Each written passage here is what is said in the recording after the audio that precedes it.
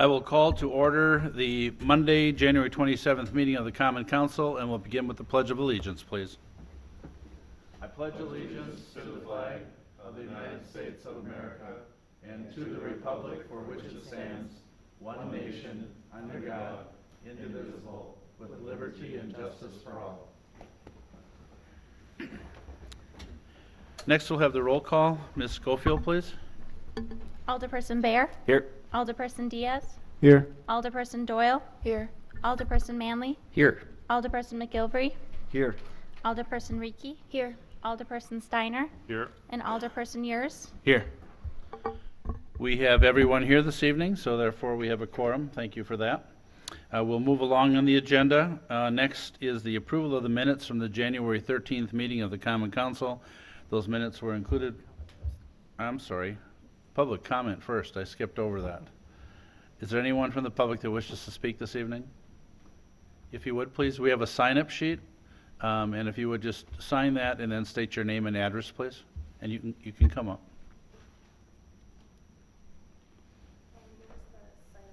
It should be on the podium there.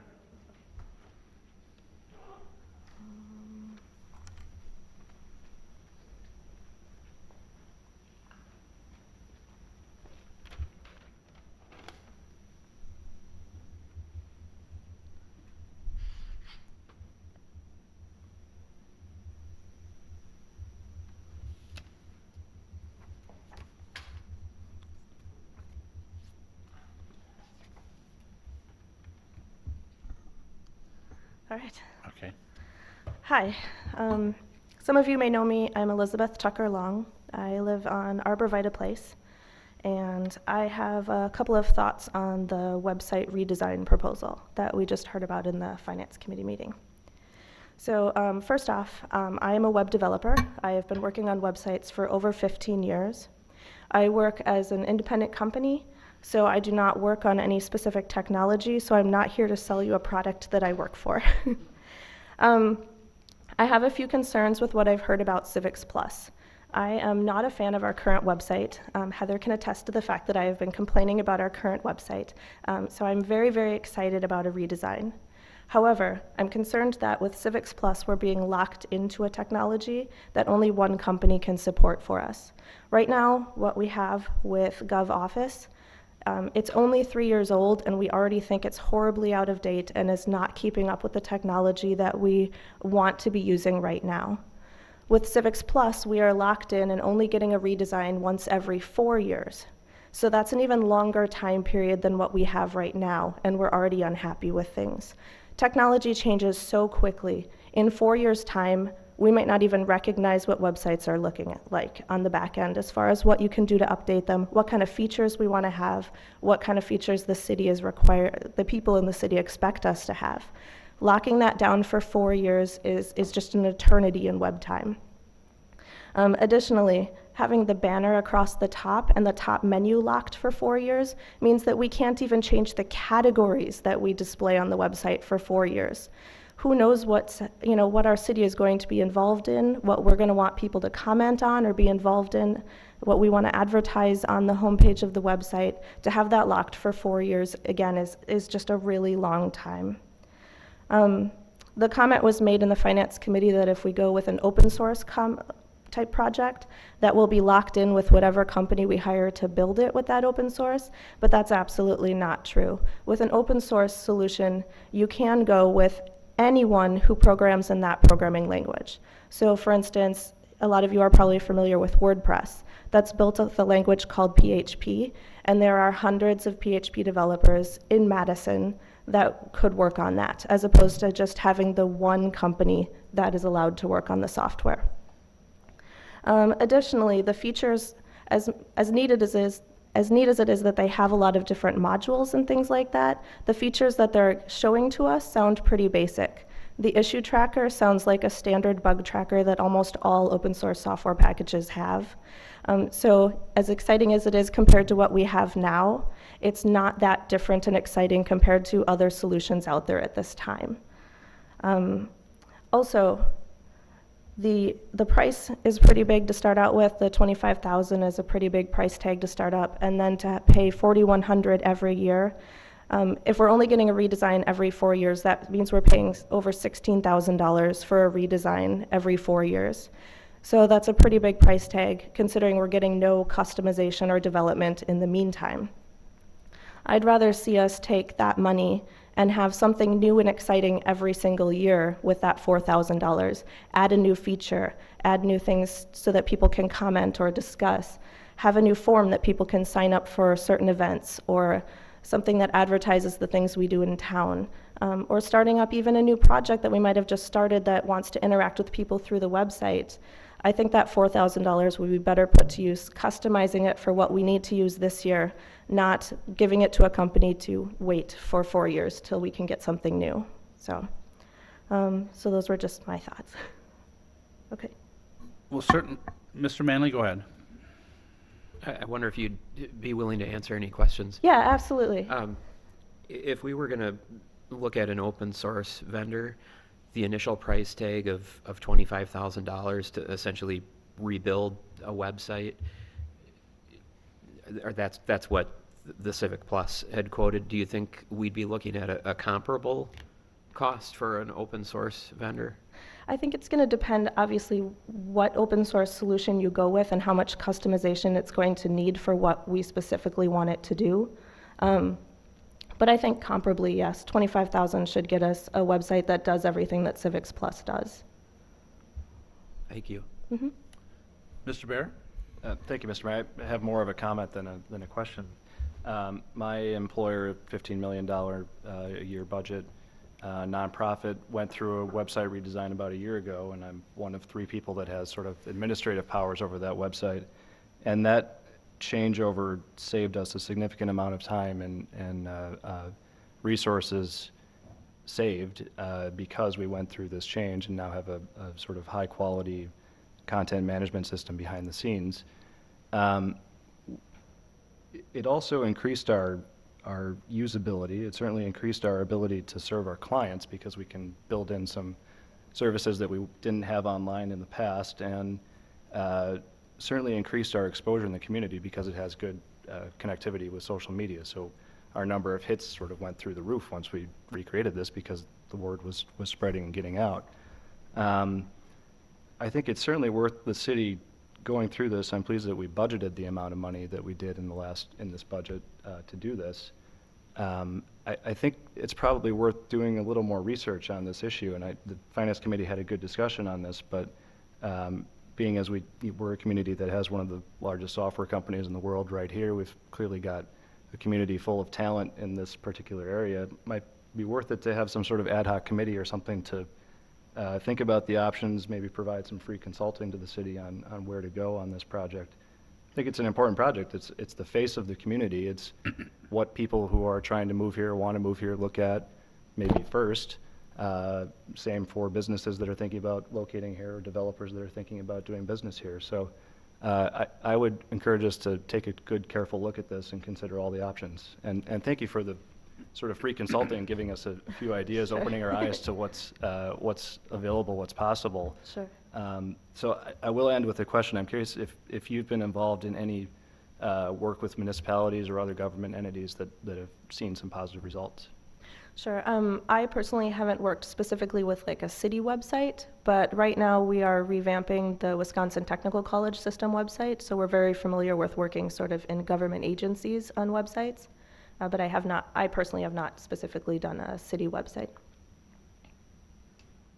Mr. Manley? Just a question for Bill. Is this,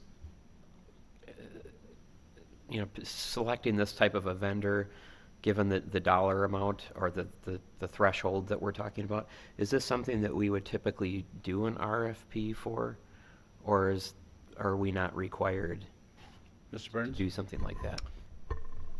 The city is not required to do an RFP for this type of project since it's not a public works project. I think there are arguments on either side of that. Certainly there are communities that have done an RFP for the web design. One of the challenges in doing an RFP for this type of thing is that it's as it gets into the type of customization that you're going to do, that's something that doesn't lend itself very well to a black and white RFP spec.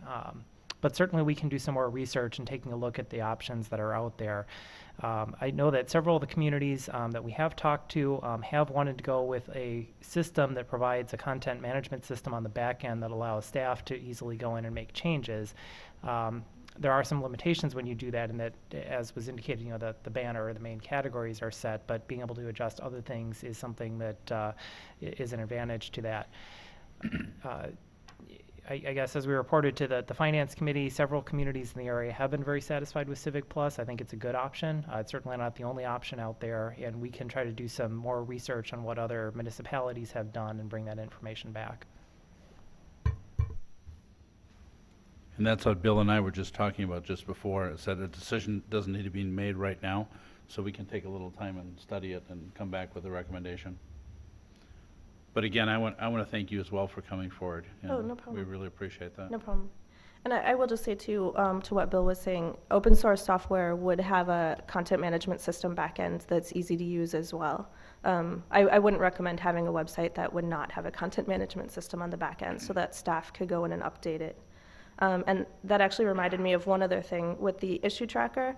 I forget the city planner's name, but he was saying that the issue tracker is limited to have 5 or 6 people accessing it. And I think that's a little bit concerning because we have more than 5 or 6 people just in this room right now, let alone anyone who would need to address things from potholes to my neighbors not cutting their lawn to, all of the different kinds of issues that could be submitted. It seems like we'd want a lot more people than 5 or 6 being able to respond to those. So. I've been here for 20 years, 17 years on the council. I've never heard anyone complain about a pothole in the city of Verona. We're pretty happy about that. Yeah, so. exactly. That's right. I think you just jinxed it. No. Well, All right, thank you very much for your time. Thank you for being here this Yeah, evening. no problem. Thank you. Okay, anyone else that wishes to speak from the public? Anyone else? Seeing none, we'll move on then. Now we do have the approval of the minutes from the January 13th meeting, and they were included with your packet. What's your pleasure? Move approval. We have a motion by Mr. Yurs. Is there a second? Second by Mr. Bear. Were there any additions or corrections to the minutes of the previous meeting? Ms. Ricky? I just wondered if you could please add under Administrator's Report the dates for the Dane County Circuit Court hearing moved from February 19th to March 7th, and also the date of the Plan Commission meeting on February 3rd, including the fire and EMS station as an agenda item at 6:30. Just for the couple of people who might look back at it and want to know those things. Okay. Got that then? Okay. All right. Any other additions or corrections to the minutes of the previous meeting? Seeing none, all those in favor of approval of minutes signify by saying aye. Aye. Opposed, no. Motion carried and the minutes are approved. Under Mayor's business, I want to thank our Public Works Department again just for the fantastic job that they do. Our streets, and I drive all over the state, our streets are top-notch. And overall, I think that the city, the residents, do a pretty good job of keeping the sidewalks clear, but I want to remind people that if they do have a sidewalk in front of their house and on their property, it is their responsibility to clean that as well.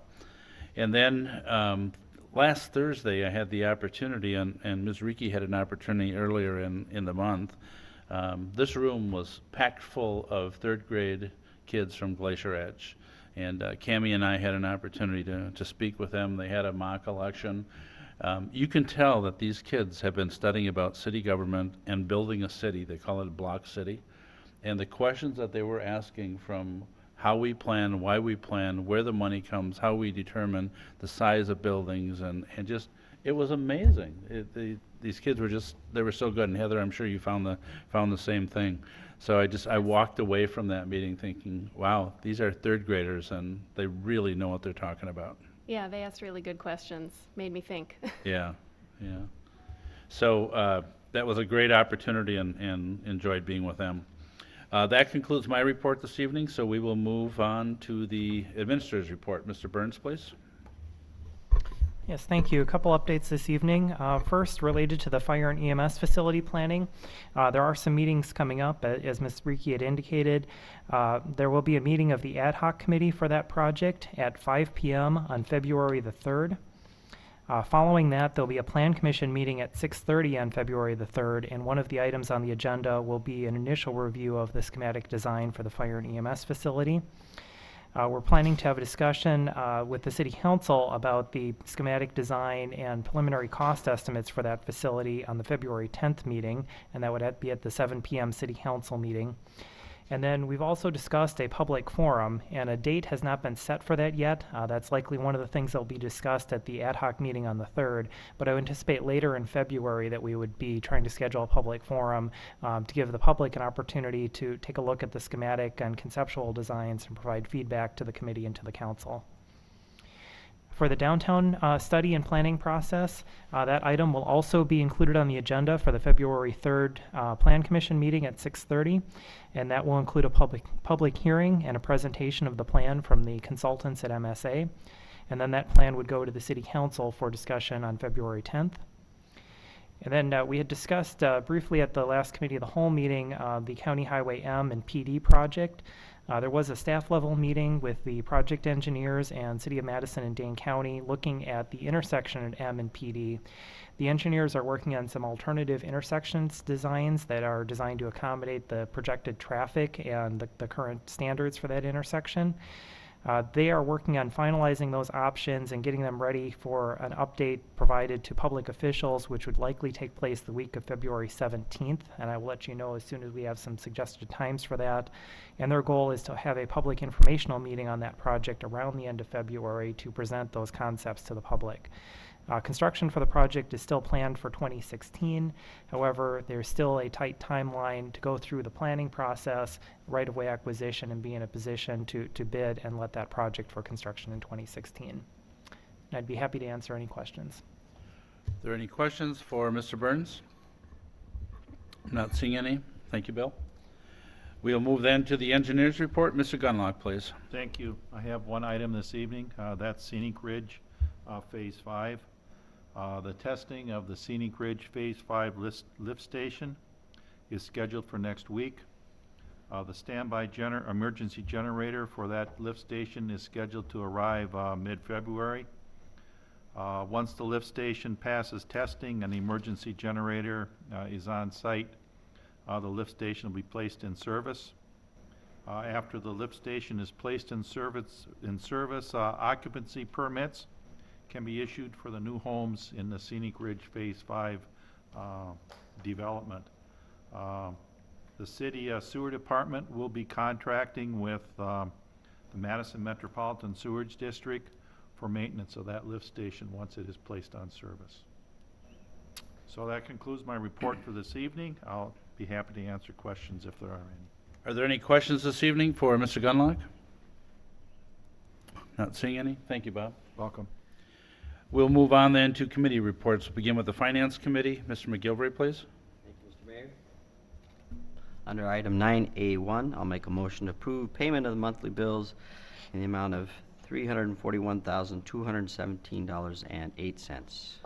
We have a motion by Mr. McGilvery. Is there a second? Second. Seconded by Ms. Doyle. Mr. McGilvery? On the way of explanation, two of the larger items from this month's bills, first being the AECom for $24,860.11 engineering services through 12/27 of 2013, and then also second Madison Met Sewage District in the amount of $196,005.77 for fourth quarter 2013 service. You've heard the explanation of the major expenditures. Anyone have any questions for the Finance Committee or for staff? Seeing none, all those in favor of approval of the bills in amount totaling $341,217.08 signify by saying aye. Aye. Opposed, no. And that motion carries. Mr. McGilvery?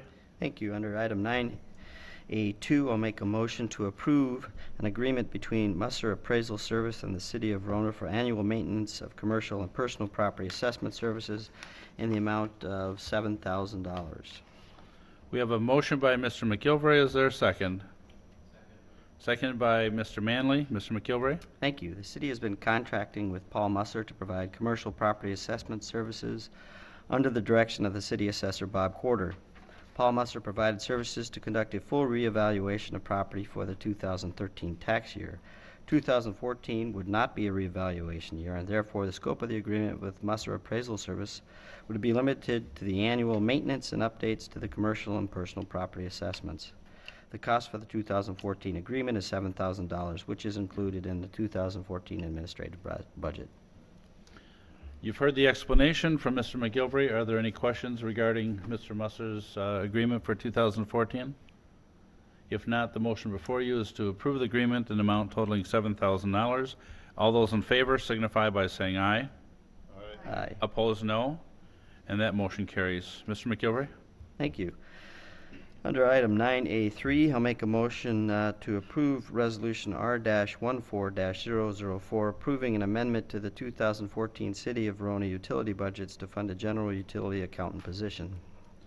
We have a motion by Mr. McGilvray. Is there a second? Second. Seconded by Ms. Doyle. Mr. McGilvray? Thank you, Mr. Mayor. We discussed this at Finance Committee. We would recommend approval. It was a unanimous decision. I believe Bill would do a much better job of talking about the specifics of this issue.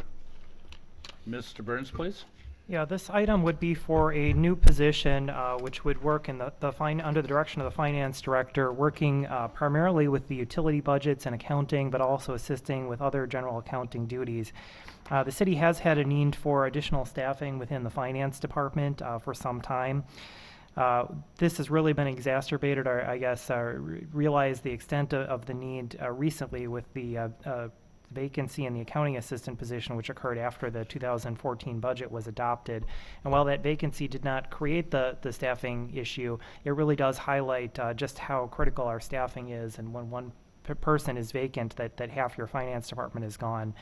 So the staff felt that given the situation that has been in place for some time, that it was appropriate to bring forward a recommendation now rather than waiting for another budget cycle. This position would help accomplish tasks related to the city's utilities. It would help provide a backup for other accounting functions. It helps with succession management. And we've put together a recommendation to fund this position from the utility budgets so that there would be no levy impact in 2014. And we also feel that in taking a look at the overall allocations of finance department staff, that this would be appropriate and those allocations could be rebalanced as part of the 2015 budget. Staff has had a conversation with the city's auditors and the partner responsible for the utility audit. They feel that the justification for the position and the allocations is there. As Mr. McGilvray had indicated, the Finance Committee had voted to recommend this, and also the Personnel Committee reviewed the position and position description this evening and was supportive of the position as well. Are there any questions for Mr. Burns or for the committee? Mr. Bear? Mr. Burns made a good point. The Personnel Committee had a good discussion about this, particularly a good discussion about sort of the long-term impacts, long-term funding issues with this position. So, Mr. Burns, could you sort of repeat your thoughts on how this position will be funded in the future and some of the variables, factors that are going into that?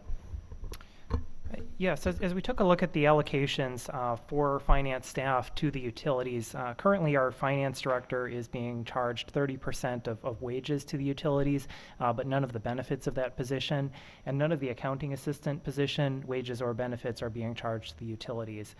We feel that in total, all three of the positions, if this new one is authorized, are going to play a significant role in the utilities, and it would be appropriate to allocate a portion of those different positions. So while this position that's being recommended currently would be funded 100% from the utilities in 2014, the thought is that with the 2015 budget process, we would look at the allocations for all three of those positions and determine an appropriate level for each of those positions. And I believe that in total that would come very close to where the cost would be here, so that the funding would be there in 2015 without a big impact on the city's general fund. We also discussed at the Personnel Committee that as the city approaches the closure of TIF District number 7, that allocations to the TIF District are going to have to be reviewed. Makes sense to look at that as part of the 2015 budget process as well. And then finally, there was a discussion that in the future, it may make sense for the city to bring utility billing functions into the finance department as well. And while we're not recommending that in 2014, I think this position does set up the city for that in the future. It provides a utility accountant that could be involved in overseeing the utility billing operations and provide a lot of cross-training and backup in that area as well.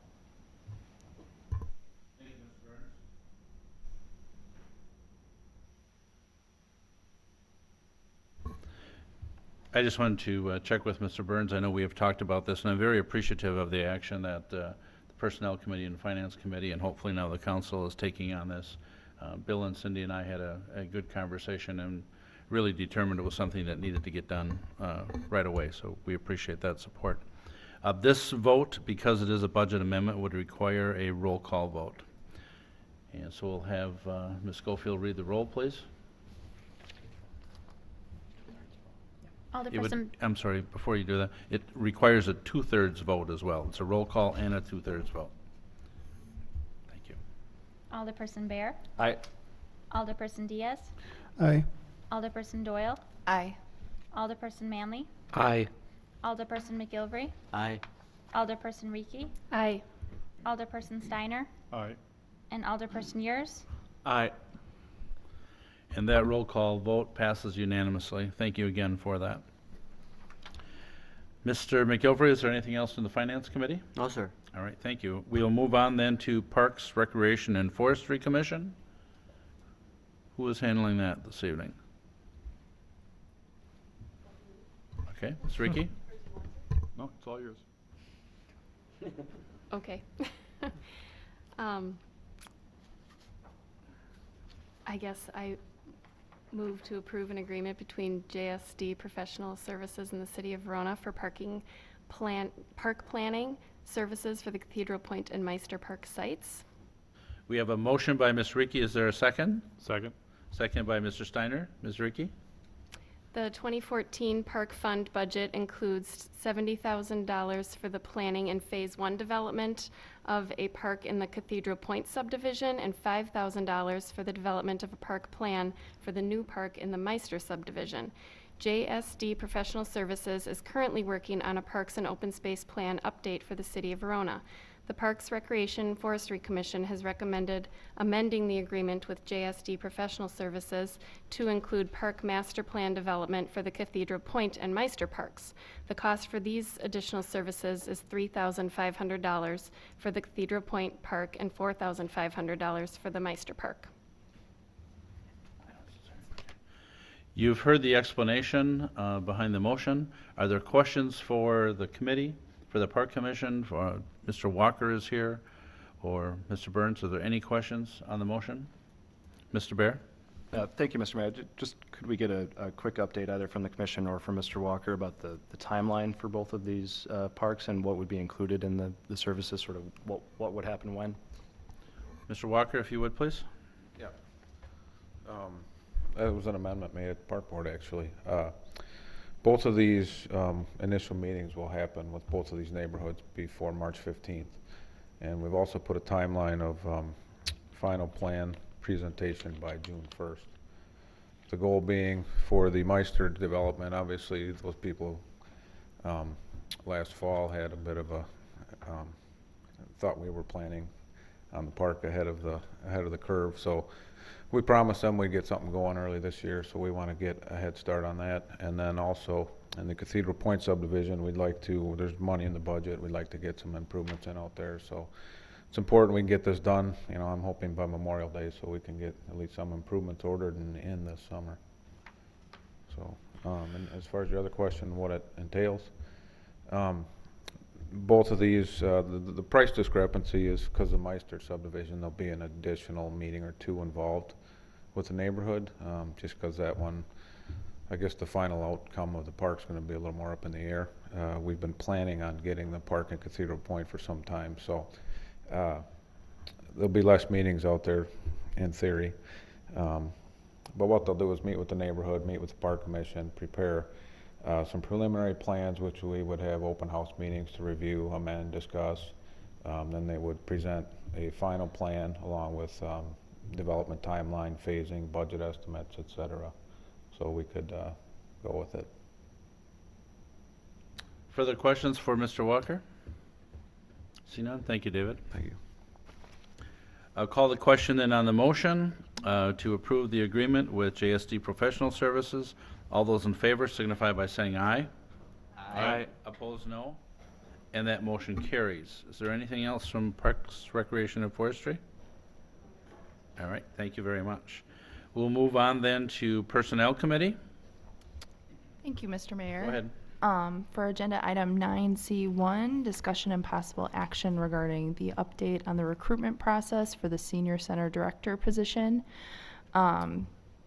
Being as though we have to discuss the actual hiring and negotiations, I would like to make a motion for the Common Council to adjourn into closed session pursuant to Wisconsin Statute 19.851C for the purpose of considering employment and compensation of a public employee over which the Common Council has jurisdiction or exercises responsibility.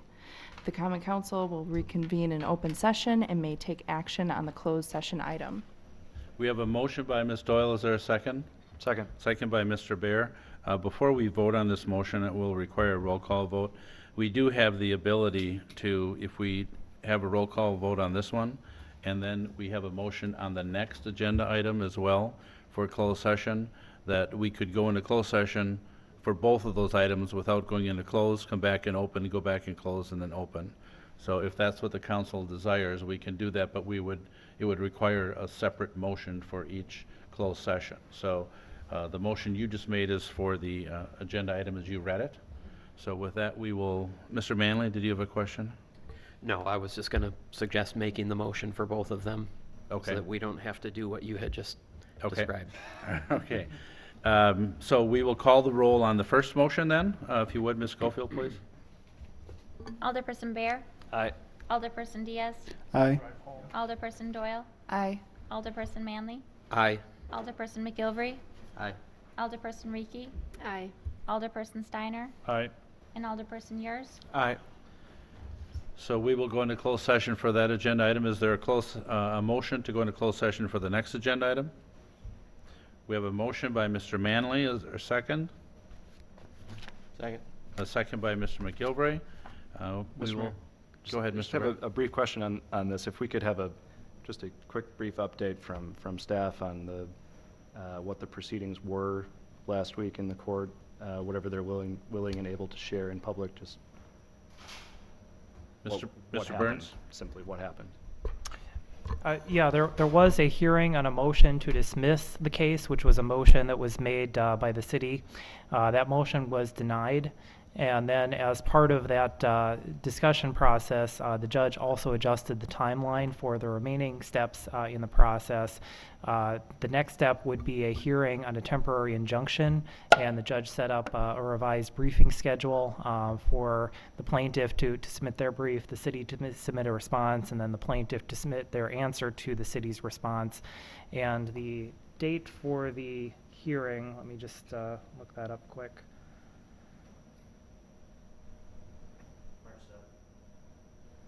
Yes, thank you. It would be March 7th. That was originally February 19th. That's been pushed back to March 7th. Thank you. I simply ask for the benefit of those watching at home that may not know what the current status is. Okay, we do have a motion second. We'll have Ms. Schofield read the roll, please. Alderperson Bear. Aye. Alderperson Diaz. No. Alderperson Doyle. Aye. Alderperson Manley. Aye. Alderperson McGilvery. Aye. Alderperson Reekie. No. Alderperson Steiner. Aye. And Alderperson Yours. Aye. And that motion passes, so we are in closed session on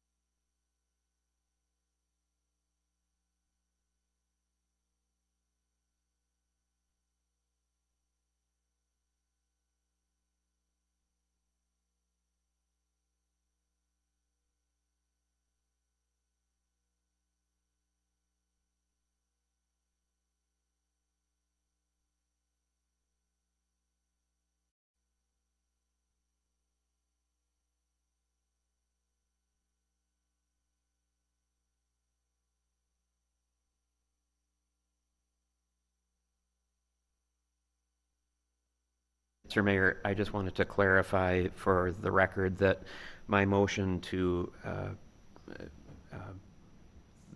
go into closed session was with respect to case number 13CV3717, currently in Dane County Circuit Court.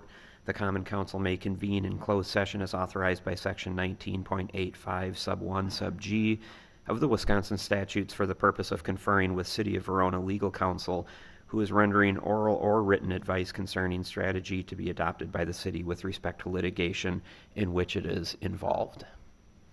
Thank you, Mr. Manley. So there was no action taken in closed session. We are now on agenda item number 11, which is approval of operator's license. Ms. Schofield, if you would, please. Tonight we have operator licenses from Lazaro de Vincent at Cuco's, Zachary Girl at Quick Trip, and Amber Nelson at the Wisconsin Brewing Company. You've heard the applicants. Do we have a motion? Actually, I just have a point of order. I don't know if we need to take care of it or not. Before we turn the cameras back on, we never actually voted to come back into open session. Bill and I were discussing that. So I don't know, do we need to have a vote in the minutes, or? Go ahead, Bill. I don't know if technically we do. I think it could just be by unanimous consent the city went back into open session. Certainly if someone wants to make a motion, I think that's fine as well. No, as long as it's all right, I just wanted to point it out. But then I also do make a motion to approve the licenses. Okay, we have a motion by Mr. Yurs. Is there a second? Second by Mr. Bear. Any questions of anyone? Seeing not, all those in favor signify by saying aye. Aye. Opposed, no. Motion carried, and the operator's licenses are approved. Do we have any announcements this evening? Any announcements this evening? Go ahead, Ms. Doyle. I'd just like to make an announcement about the Triad group that meets at the Verona Senior Center. They meet the second Monday of every month, and it's a meeting of Senior Center staff. There's usually representation from Dane County Sheriff's Office, Verona Police Department, Fitch Rona, and regular citizens are invited to attend and give their input. The main focus of this group is to have senior advocacy events, whether it's nutrition, safety. There's a myriad of different topics that are covered throughout the year that this group kind of puts the presentations together, and we always appreciate feedback from other people who can attend. So the next upcoming meeting would be Monday, February 10th at 1 p.m. And again, that's at the Verona Senior Center. Thank you very much. Any further announcements this evening? Seeing none, a motion to adjourn would be in order. We have a motion by Mr. Manley. Is there a second? Second by Ms. Doyle. All in favor of adjournment signify by saying aye. Aye. Opposed, no. And that motion carries. We are adjourned. Thank you, everyone.